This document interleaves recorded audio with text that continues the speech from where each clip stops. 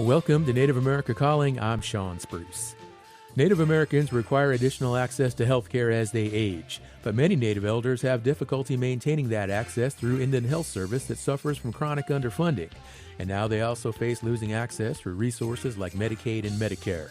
One group of advocates is researching and speaking up for urban Native elders to better define what they need and how to get it. We'll be back after the news.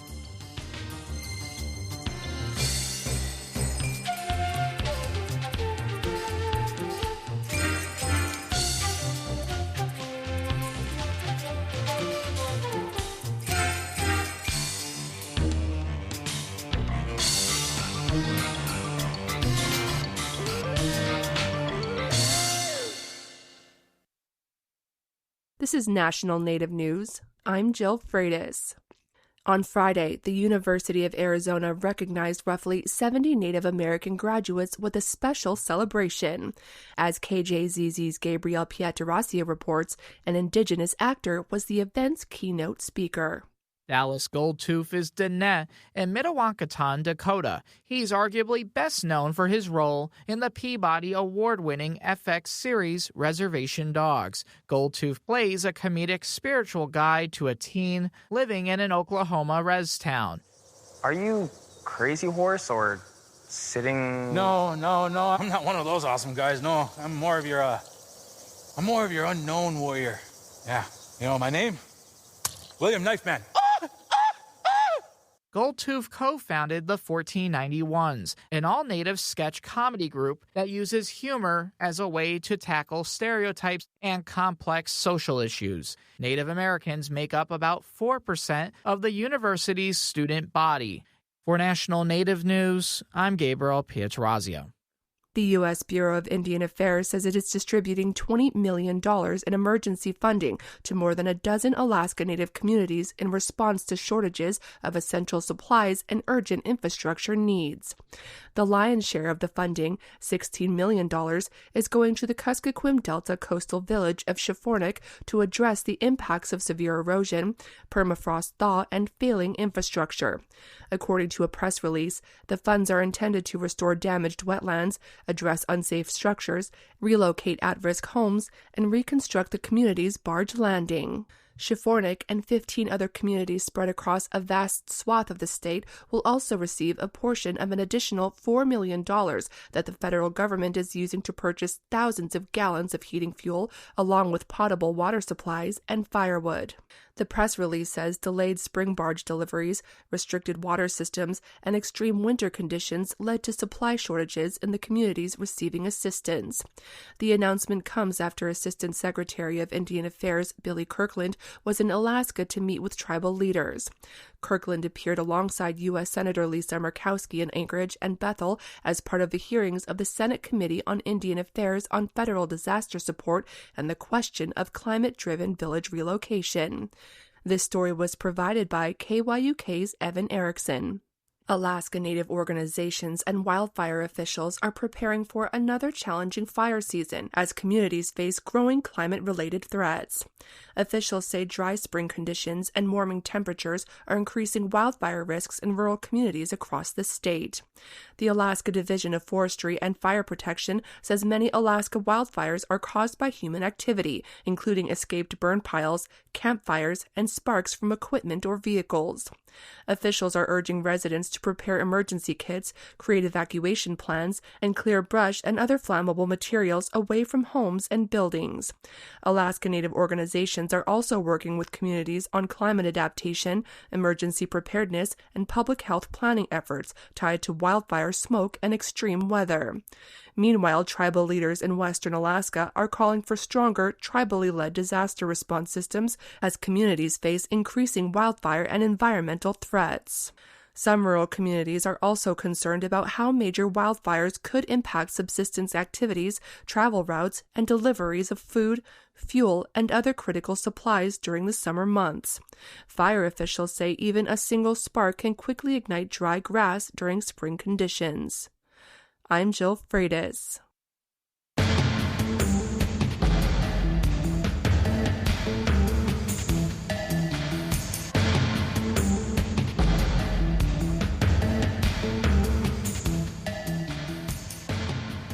National Native News is produced by Koahnic Broadcast Corporation with funding by the Corporation for Public Broadcasting. Hear that? Tribal college faculty do so much, one can't say it all here. Nothing but respect. Visit mostthoroughdescription.com. The American Indian College Fund supports this program. Support by Sonosky Chambers Law, championing tribal sovereignty and Native American rights since 1976. From opioids litigation to treaty rights to tribal self-governance. With offices in Washington, D.C., New Mexico, California, and Alaska. Sonosky Chambers Law.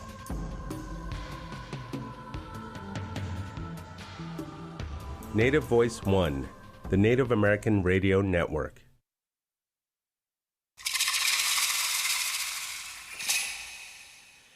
This is Native America Calling. I'm Sean Spruce. Native elders living in urban areas suffer high rates of chronic illnesses and have limited social interactions.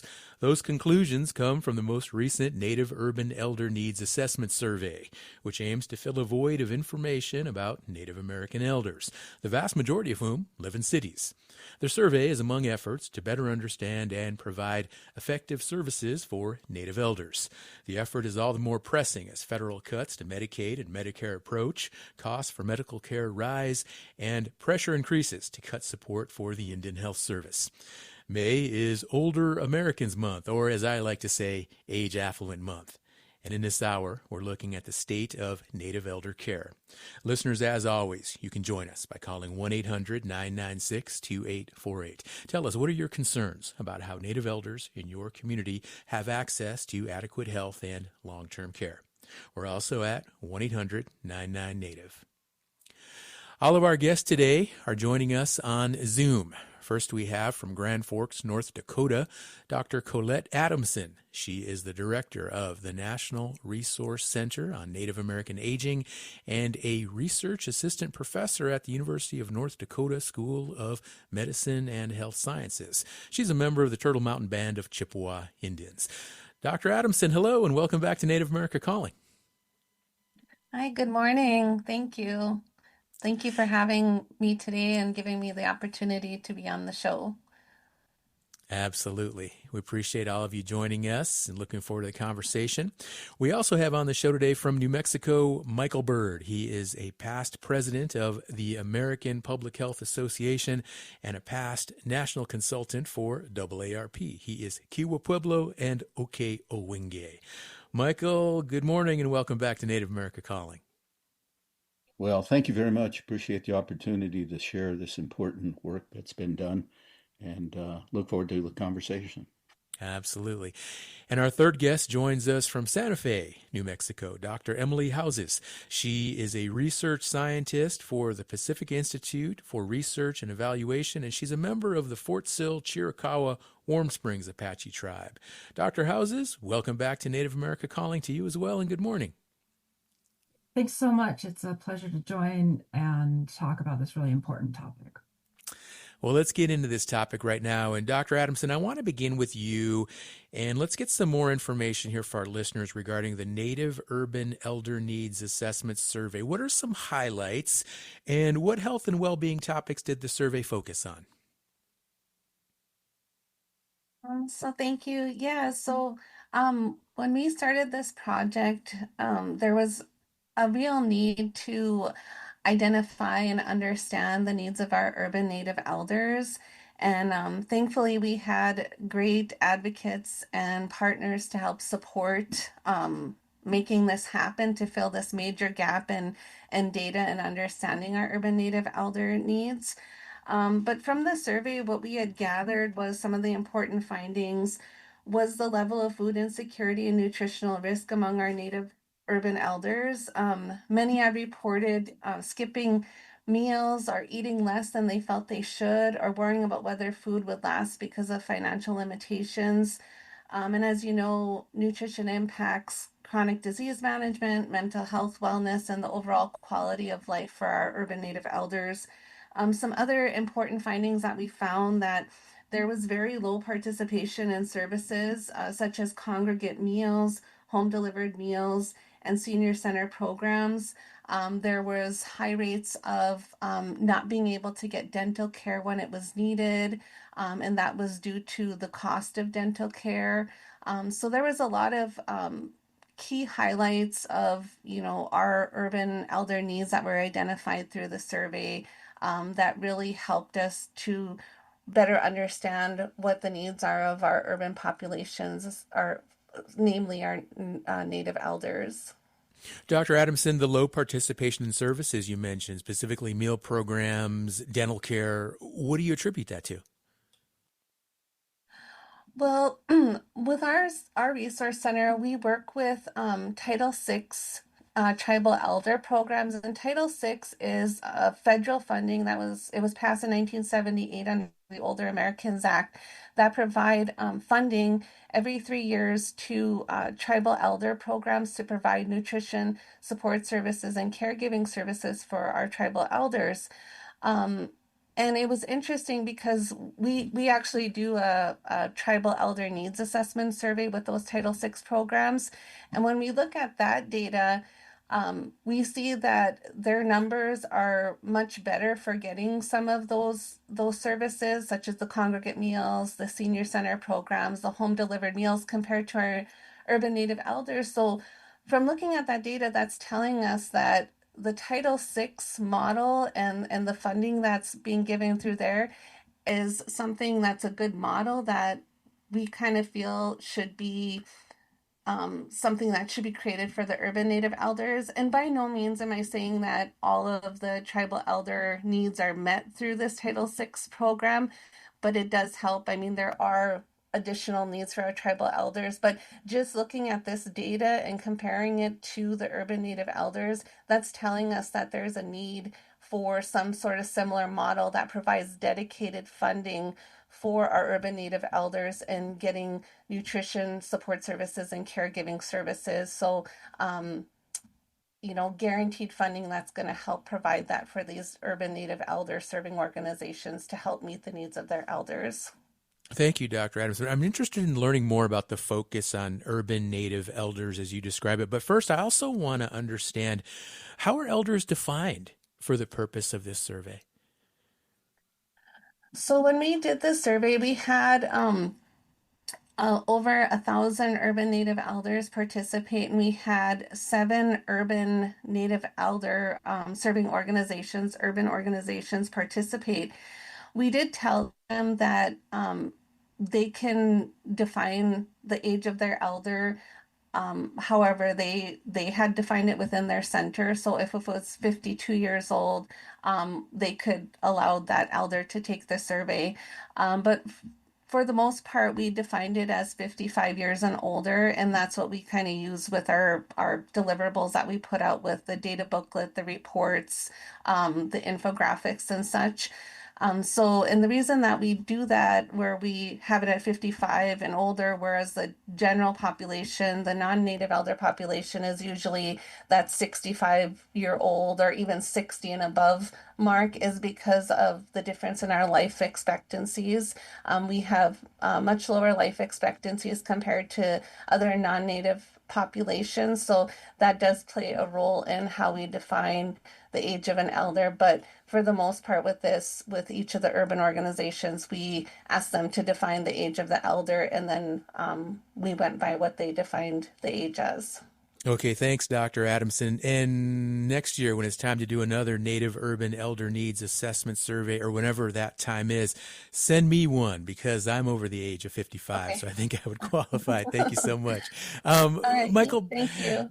You bet. Michael Bird, I want to bring you into the conversation now and tell us more about the need for an assessment like this, and also why the focus on urban Native elders. Well, as you were saying, you're finally qualified. I guess I'm overqualified at this point almost. In terms of that particular point you just made, I think one of the points I want to make, having been engaged in public health for quite some time now, over close to 50 years, both nationally and locally, and in a number of realms. Is I think that one of the issues And I think this happens to many of us because our population is significantly smaller compared to many other communities of color and the general population at large, is really sort of the issue of being invisible.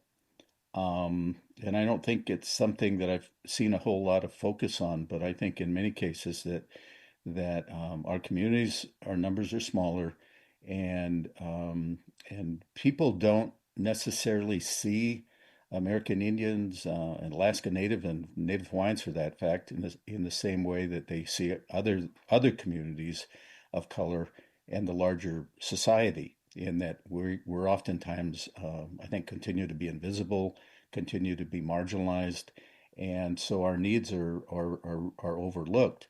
And I think to Colette's study, the study that's been conducted, it's really important to drill down and look at urban Native communities, Native elders, because I think that's one of the communities that is even probably in some ways, I'd say, more marginalized than other reservation or tribal communities, because they get designated funding, that you have a visible population, and with the urban Native population, I think I think it's easier for us to be overlooked, and in some cases the needs not be addressed adequately. All right, we have Michael Bird and Dr. Colette Adamson kicking off our conversation today on the show. We're talking about the most recent Native Urban Elder Needs Assessment Survey, and this is critical information with regard to challenges, issues, disparities facing Native American elders with regard to health care and health services. You can chime in on this conversation if you have some insights or some perspectives to offer. Maybe you are familiar with this survey or other types of data requests with regard to Native elders where you live. Maybe you've been a participant or a respondent in a survey like this yourself at some point. We'd sure like to hear from you today. The number, 1-800-996-2848. That one number, once again, 1-800-996-2848, or just 1-800-99-NATIVE. That'll work as well. And we'll be back on the other side of this break with a lot more conversation with our guests, so stay with us.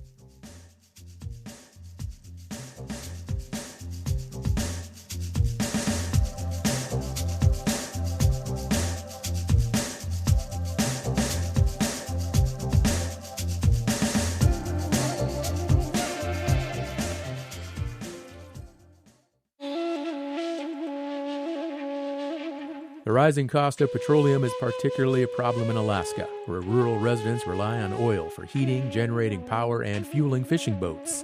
Elsewhere, Native truck drivers, farmers, and rural airline services are wondering how long the extra fuel costs will cut into their bottom lines. We'll hear about the consequences of how lingering high oil prices are affecting people. That's on the next Native America Calling.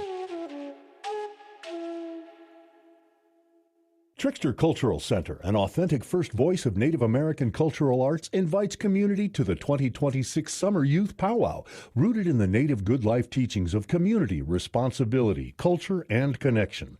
Open to the public, the Summer Youth Powwow uplifts youth leadership and community wellness through intertribal dancing, music, storytelling, and local resources for families and youth. May 30th from 2 to 7 p.m. in Schaumburg, Illinois. TricksterCulturalCenter.org supports this show.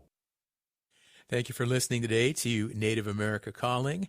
I'm Sean Spruce, and we're talking about Native elder health care and health equity today. You can join our conversation at 1-800-996-2848. What kind of elder care services and resources are available in your community? Are there enough? Let us know. The number again, 1-800-996-2848. Also, 1-800-99-NATIVE.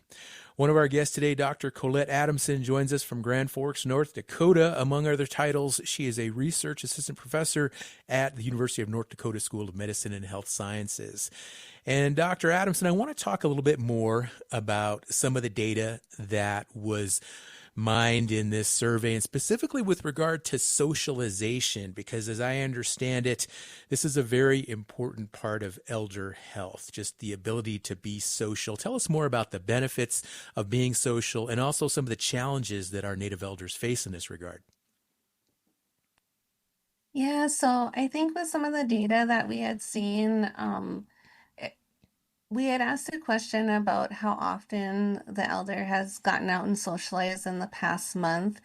And from the data we had seen, if you look at 2 or less times a month, it was close to over 40%, I guess I should say, over 40% of our elders had socialized less than 2 times a month. And, not having that socialization and that connection to your community, to friends, to family, to even back home in our tribal communities, that can have a real impact on your physical health, your mental health, of course. So, when we seen those numbers, it was really concerning. And again, it goes back to the importance of being able to provide this data and this evidence that there's a need here, a need to support, to provide resources, funding, to bring in services that are going to allow our elders the opportunity to have social programs such as exercise programs or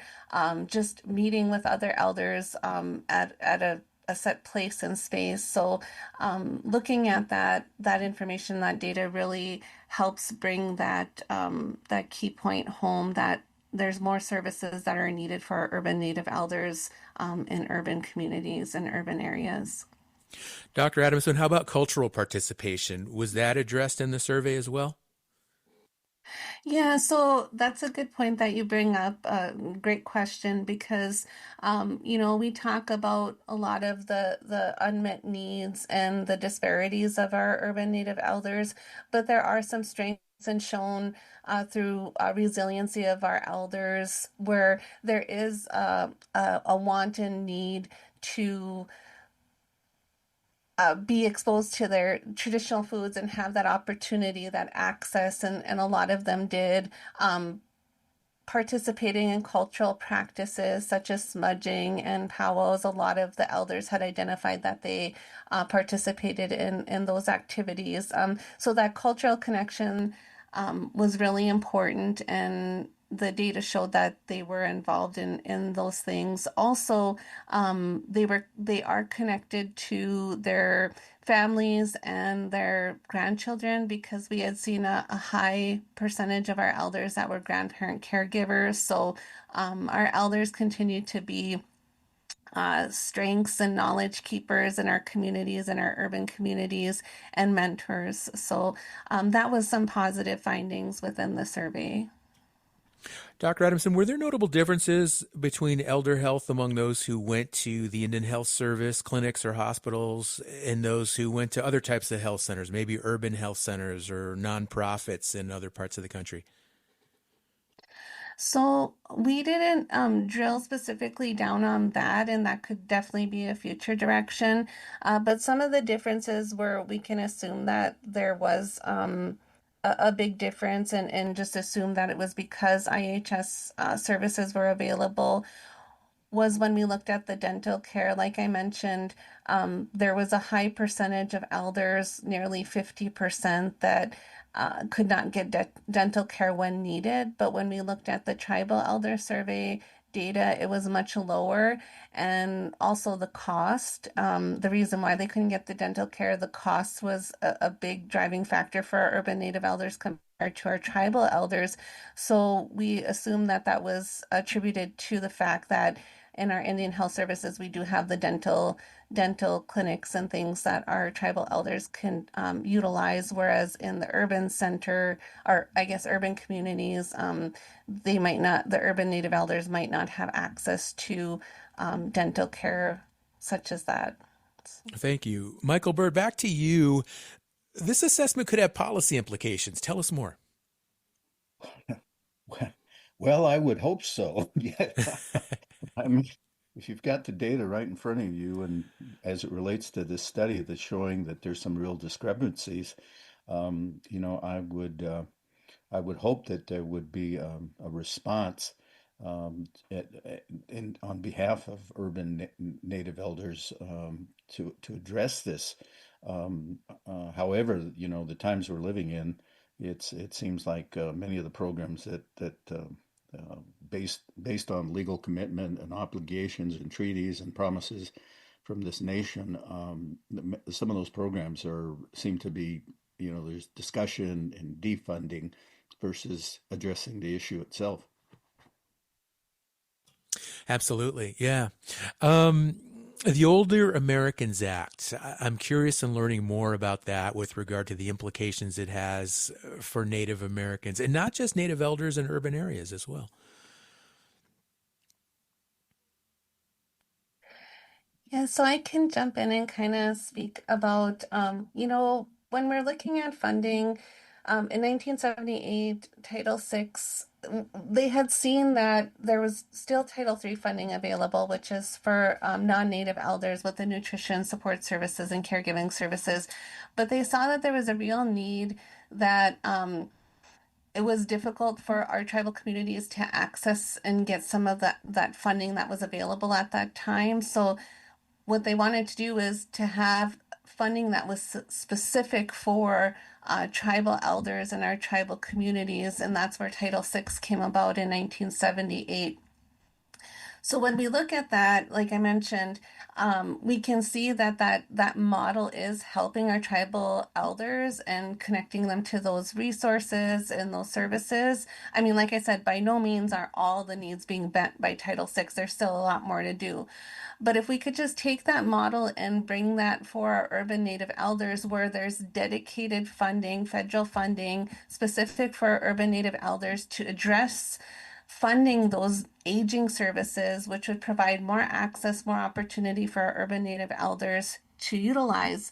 When we look at the urban Indian organization funding, we know that they only receive about 1% funding from Indian Health Service. A lot of their funding comes from grants, third-party reimbursements, and a lot of it is focused on the healthcare services. So they don't really have the room for providing those aging services.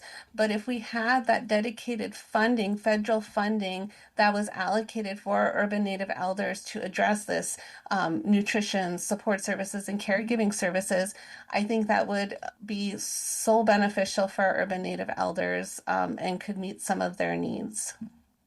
I'm interested in learning more as to why that statistics exist. Less than 1% going towards these Native urban elders, when we know that close to 80% of our Native populations today live off reservation. Dr. Adamson or Michael, either of you, if you could respond to that, I'd be really interested in getting more information. Well, one of the things I think that overlays all of this, and we haven't really spoken to that point, is that when you look at U.S. life expectancy, American Indians continue to have the highest mortality and morbidity rates of any population, be they on reservation-based communities or in urban areas. And there are two communities that vie for the bottom oftentimes in terms of longevity and life expectancy, and it's African Americans and American Indians. And I think our rate continues historically and continues to this day to be the highest, the lowest life expectancy. And this all relates back to resources being available to everyone, including elders. And if elders are not getting care, and the older you get, the more care you need, the more services you need. And if those services are not being made available, well, your life expectancy certainly is not going to be, it doesn't promote longevity. Mm-hmm. Yeah, thank you, Michael.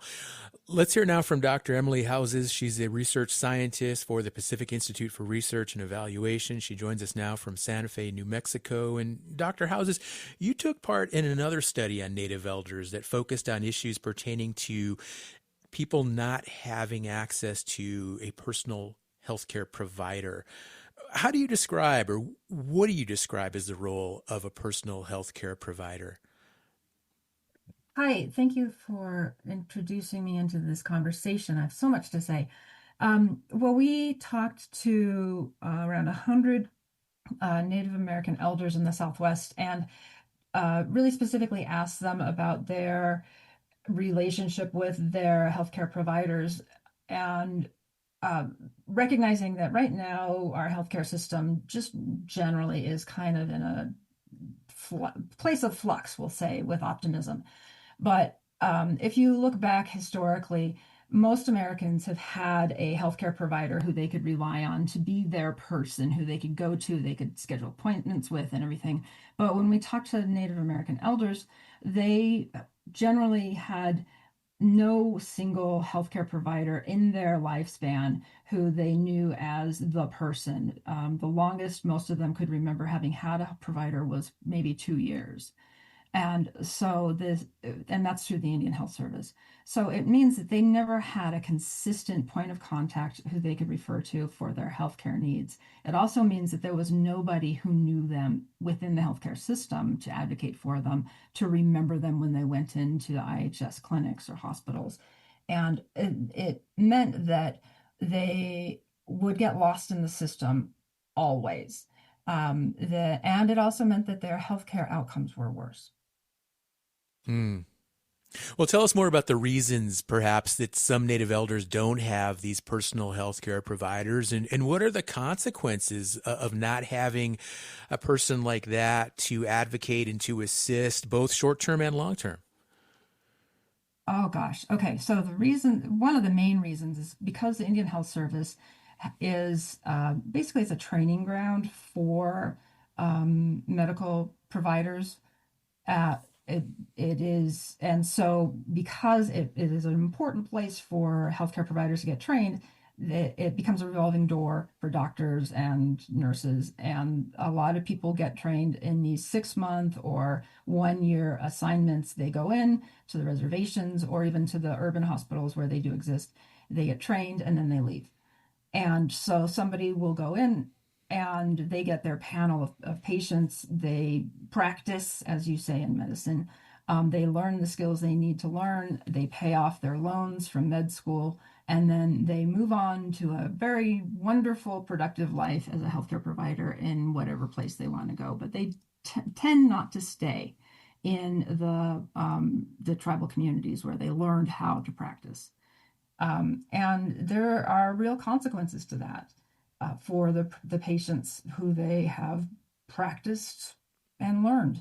The patients, one of the problems that is not talked about is that the patients who are being, practiced on is they have to retell their life stories over and over and over again. And if a life story includes a lot of trauma, which we know many Native Americans have, they are re-traumatized every time a provider comes in.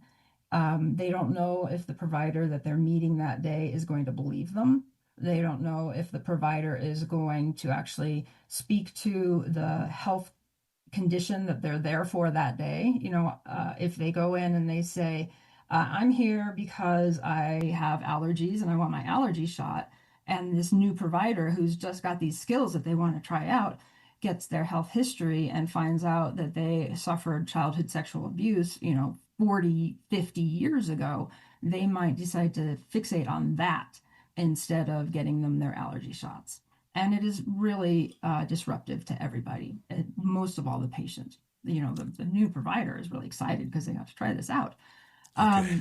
And this is an experience that happens across the lifespan for the patients. Thank you, Dr. Houses. Let's go to the phones now. We have Dennis, who is listening to our show today online in Washington, D.C. Hi, Dennis. You're on the air. Oh, thank you very much. My name is Dennis Zotai, and I live out here in Washington, D.C., where there are no IHS healthcare units within 600 miles.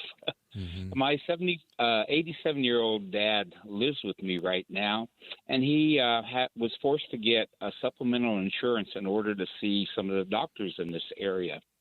And he just recently received a notice from Aetna that his supplemental insurance is going up to $600, which is 1/3 of his entire retirement income. And so now because of this, he's planning to move back to his home in Albuquerque, New Mexico this fall. And he is under the impression that he can get adequate health care from the IHS, the same as he had 10 years ago, and cancel his supplemental Aetna insurance. My question is, can he survive in Albuquerque on IHS? He's IHS eligible. Can he survive using IHS resources? All right, and here we have another Tewa brother joining us from Washington, D.C. Sinkitamo there, Dennis Zotai. Great to have you calling in today, and I hope your father, Ralph, we can get an answer for his question here. Michael Bird, what are your thoughts here? Can Dennis's father, Ralph Zotai, make it with IHS benefits if he moves back to the 505? Well, I wish I could provide an answer, but I have, as a former IHS employee who left many years ago, I really couldn't give him any advice. What I would suggest is he just call the Albuquerque area office, get a hold of the area director there, or someone in some capacity, and just ask that question, because I don't have, that's not an area of expertise that I have at this point in time. But okay. I think that he should be able to get an answer from somebody at the area office. Okay, thank you, Michael. We're going to go into a break right now, but when we come back, we'll talk a little bit more about this, and we'll really focus it really specifically on affordability, because we know that's a big factor for elder health care. So maybe some of our other guests can chime in with regard to affordability and maybe help Dennis Zotai with regard to his issue and the questions he has about his father. So stay with us. We'll be right back on the other side of this break. And for other listeners who would like to join the conversation or ask a question, the number is 1-800-99-NATIVE.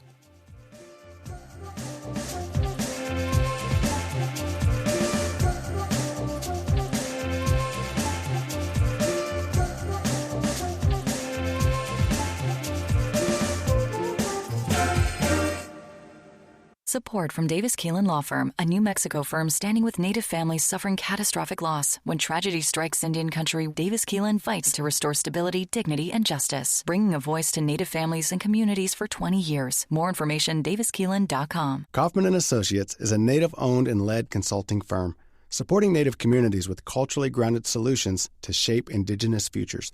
More at kaufmaninc.com, KAUFFMANINC.com.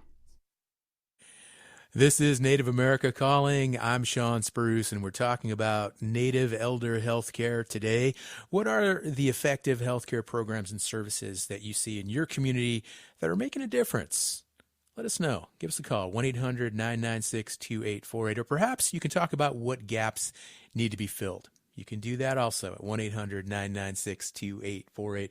We have another caller on the line, but before I take the call, I want to go back to Dr. Houses, who is a research scientist for the Pacific Institute for Research and Evaluation. And Dr. Houses, we had the caller earlier from Dennis, and it really makes me think more about the affordability factor that we need to discuss here. And just maybe if you could either talk a little bit more about that caller's question, or just in general, what elders and their families can do to ensure that they don't feel stretched financially with regard to health needs that they might have. I think that is on everybody's mind, especially as we age, because you don't know what what's going to happen at your next appointment. I'm a cancer survivor myself, and I'm only 52 years old. And IHS doesn't cover that except for in very, very small cases, or rather, it covers it through purchase referred care if you live in your service unit and they have the money at the time. What can you do? What's the solution? That's something that a lot of folks are scratching their heads about, other than living in your service unit and being lucky. I just think that I just should not tie the money that is entitled to you through treaty benefit or through your treaty obligations to geography. It should be tied to the person. Okay. No. And also with regard to, these looming cuts now to Medicare and Medicaid, other financial challenges that could be impacting Indian health services, it sounds like it could possibly get much worse in the future. I want to focus on the positive. and what we can do. I think that individuals and communities can focus on eating well, avoiding drinking alcohol, because we know now alcohol is tied to cancer, for example, and other health problems, and living good, strong, positive lives with traditional foods and exercise. All right. Dr. Houses, I like that approach. Thank you very much. Let's go back to the phones. We have Marion listening in Albuquerque, New Mexico on KUNM Radio. Good morning, Marion. You're on the air. Good morning. If you could bear with me on driving. I'm calling from Albuquerque, and I'm an urban Indian. I'm 72, and I'll be 73 soon. And, the age just picks up on you, but I was just evicted from a homeless shelter where I was living for 3 months, and they had given me a 3-day extension, and they were supposed to help me with my next apartment's first, last, and deposit. And they took it away because they kicked me out the day before I was supposed to leave. And so I was homeless again, and I had to sleep in my car. And I called one of my friends. I was driving to the free lunch program from First Nation, and she lived near there. So I called her, and she told me, "Don't you dare sleep in your car one more night. Come over." So I'm okay for now, but the reason why they kicked me out was because they said I wasn't trying hard enough to find an apartment, and I wanted my children to live with me, and they said it was against the federal laws. And I tried to tell them, my son's going to be my caretaker for 20 hours a week, so he'll get paid and help me pay the rent. And during these difficult economic times, why can't my daughter live with me so that we can all work together? And they said that's not the way things work. We can only fund you if you live by yourself. And I told them it doesn't make sense to have 3 separate households when we can all live together and help each other. So, my cultural lifestyle is not in line with what's going on. So I'm homeless, and I had gotten fired, and that's going to court, and I did get unemployment benefits because I was fired without cause. So that's a little bit of what happens to us elders. Okay. Well, Marion, you take care of yourself, sister, and really appreciate you calling in to the show and just sharing this information, sharing your story as well. And we're thinking about you, and we hope your situation improves some. And Dr. Adamson, I want to have you respond here with regard to what we just heard from our caller, Marion, and specifically with regard to unsheltered relatives. With regard to the survey, did you glean any data with regard to what our unsheltered relatives, specifically our Native elders who might be in a transitional situation, are going through? Well, I think from some of the data, what's hard and a limitation of our survey is, the homeless. We do ask the question around their living situation, but the homeless piece wasn't a very high percent of our elders, but I would attribute that to the fact that our survey is probably not reaching some of our urban Native elders who are homeless. Because keep in mind, we worked with the urban organizations and then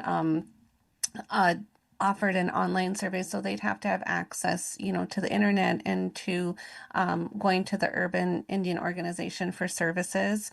But keeping that in mind, hearing this story and then Mr. Zotai's story with his father, this just really drives home the point. I mean, we've heard from a couple Native elders just now, and it's telling us that there are these real needs of being able to provide resources, access, services. So this just further strengthens the point of the work that we're all doing, on this panel, to try to get better services and more services and access to services for our urban Native elders so they can live a better quality, overall quality of life.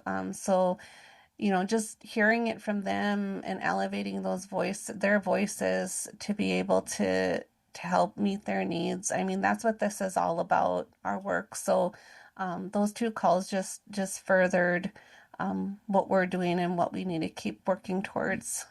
Thanks, Dr. Adamson. Dr. Houses, I want to bring you back into the conversation, and I want to ask you also about the study that you worked on and some interesting data that was uncovered. And it has to do with elders who said that they only go to a clinic when they get really sick. And I thought that was interesting because is there a need for elders to be encouraged more to establish regular checkups or any system to make sure they just maintain a better relationship with clinics so they're not waiting until the last minute when they're already sick to actually access care? Well, of course. We always want people to do preventive care instead of emergency care. There's a lot of distrust of healthcare providers, especially when you don't know what you're going to walk into. And some ways around that are, especially with our urban folks, with the research that I've done, not just with the most recent project, but with other projects, we found that our Native American population much prefers to go to places that they trust, places that they are familiar with, and that means having places that are culturally safe for them. So they may not love IHS, but they much prefer going to a Native American serving organization or Native American serving healthcare than another place. So having those resources for them, and this includes just senior services. So you may say, well, the Older Americans Act it covers Native Americans because they can go to their local senior center in a city, but they're not going to go there because it's not friendly. It's not Native American serving. And so we need to understand that our communities want to be with our people. And so we need to extend those services to cities. We need to have Native serving clinics in cities. We need to make them meet the needs of our communities the way we define it. And that will help make it more trustworthy and friendly for the elders so that they aren't going at the very last minute when their conditions are not treatable or beyond, they are at the terminal stage if it's something very serious. Dr. Houses, another issue we haven't had a chance to address yet, and I want to do it now, is this elder population boom that we're seeing in the United States right now. And this impacts all populations, not just Native people. But with regard to Native people, what are some additional challenges or opportunities that this population boom presents? I just think about all of the wisdom that we have in this population. Oh my gosh, there's so much that we can learn. I mean, more than ever before. I'm not sure exactly. I think Mr. Bird is the person we should ask that because he's right in the middle of it. Michael, what are your thoughts? Population boom, 2026, here we are. People living longer than ever before, even though I know the data doesn't look so great for natives with regards to longevity. We talked about that a little bit before the show. Well, I it's very sad, the stories that are being shared with us, because we do not have in many cases have systems in place that are really being very responsive or helpful to elders or to children even across the board. From my perspective, what we are in fact seeing is a dismantling of our healthcare system. We have insurance companies that are raking in millions of dollars, and yet in some cases denying care. We have, here in Albuquerque, you don't have to look far where our health system is not really being very responsive and I know there's legislation that was passed, to try and support, encourage physicians and healthcare system to be more responsive to the community, elderly as well. But we are not. We do not.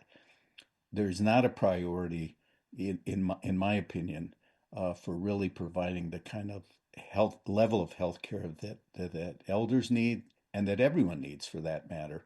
And it's not, we don't have a real system, and the system that we do have appears to be being dismantled in many ways. And so, I think it, the studies that are being done that demonstrate, that give us the data, that give us the facts, I think are going to have to be the basis for, really challenging the systems, our congressional representatives, our governor, and others that are in the legislature and have the ability to influence those services, so that we do see that the needs of our community, our people, all people are met. And I'm sad to say, but I don't see it happening in the way that it has in the past, or that it needs to this day.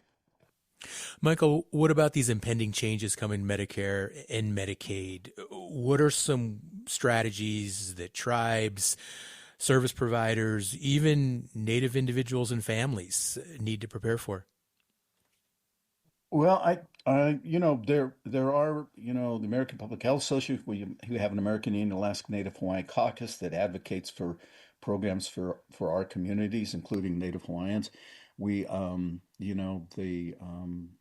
National Indian Health Board. There's an urban Indian organization as well. And I think it really requires us to reach out to them, to communicate to them, engage them, and join them in terms of advocacy, because nothing changes. I wish that we had a nation that really understood the needs of it's right now. The nation is catering to those people who have millions and billions of dollars, and seems to be support that there's a welfare system for billionaires, but and support for many of those entities, but I don't see the same sort of moral commitment being made to Native communities and to the rest of the American population. And that's going to have to change. And the only way it's going to change is we advocate for ourselves, congressionally, and your mayor, your city council, and your senators and your congressional representatives, because that's what it's going to take, and that's what we need to do. And and we are doing that. The American Public Health Association has been pushing back against many of the horrible reductions that have taken place as it relates to CDC and other major federal agencies whose budgets been cut and priorities have been changed, and that's what it's going to take. And America is having an indigenous moment. I'd like to say this is what it's like. I mean, it's nothing new for us. If those people who know our history know, it's always been this. It's always been a battle. It's always been a struggle, and we've always been ignored. But on the positive, there are entities out there that know what's happening and are pushing back, and it really requires all of us to come together and support each other's and change what's going on. We're out of time. Unfortunately, we're going to have to wrap up our conversation today, but I want to thank our three guests who joined us and provided wonderful insights, knowledgeable, and tremendous expertise. Dr. Emily Houses, Michael Bird, and Dr. Colette Adamson, and also appreciate our two callers who joined us today as well.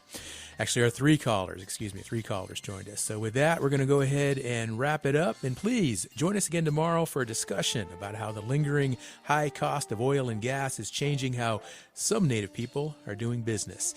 Until then, I'm your host, Sean Spruce. You've been listening to the one, the only Native America Calling, and I sure hope you enjoy the rest of your day.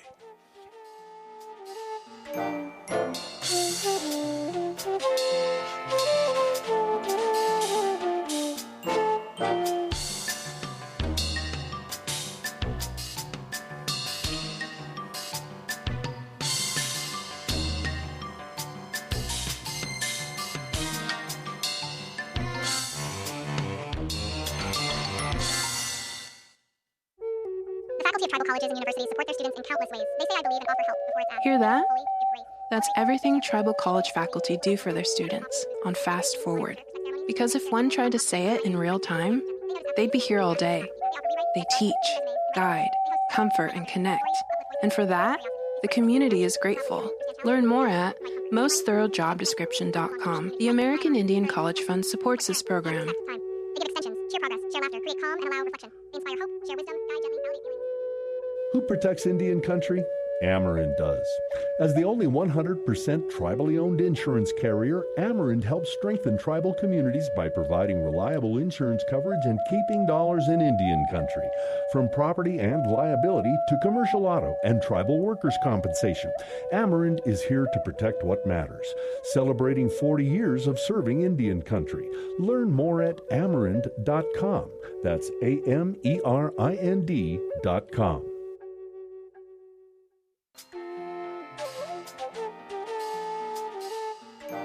Native America Calling is produced in the Annenberg National Native Voice Studios in Albuquerque, New Mexico by Koahnic Broadcast Corporation, a Native nonprofit media organization.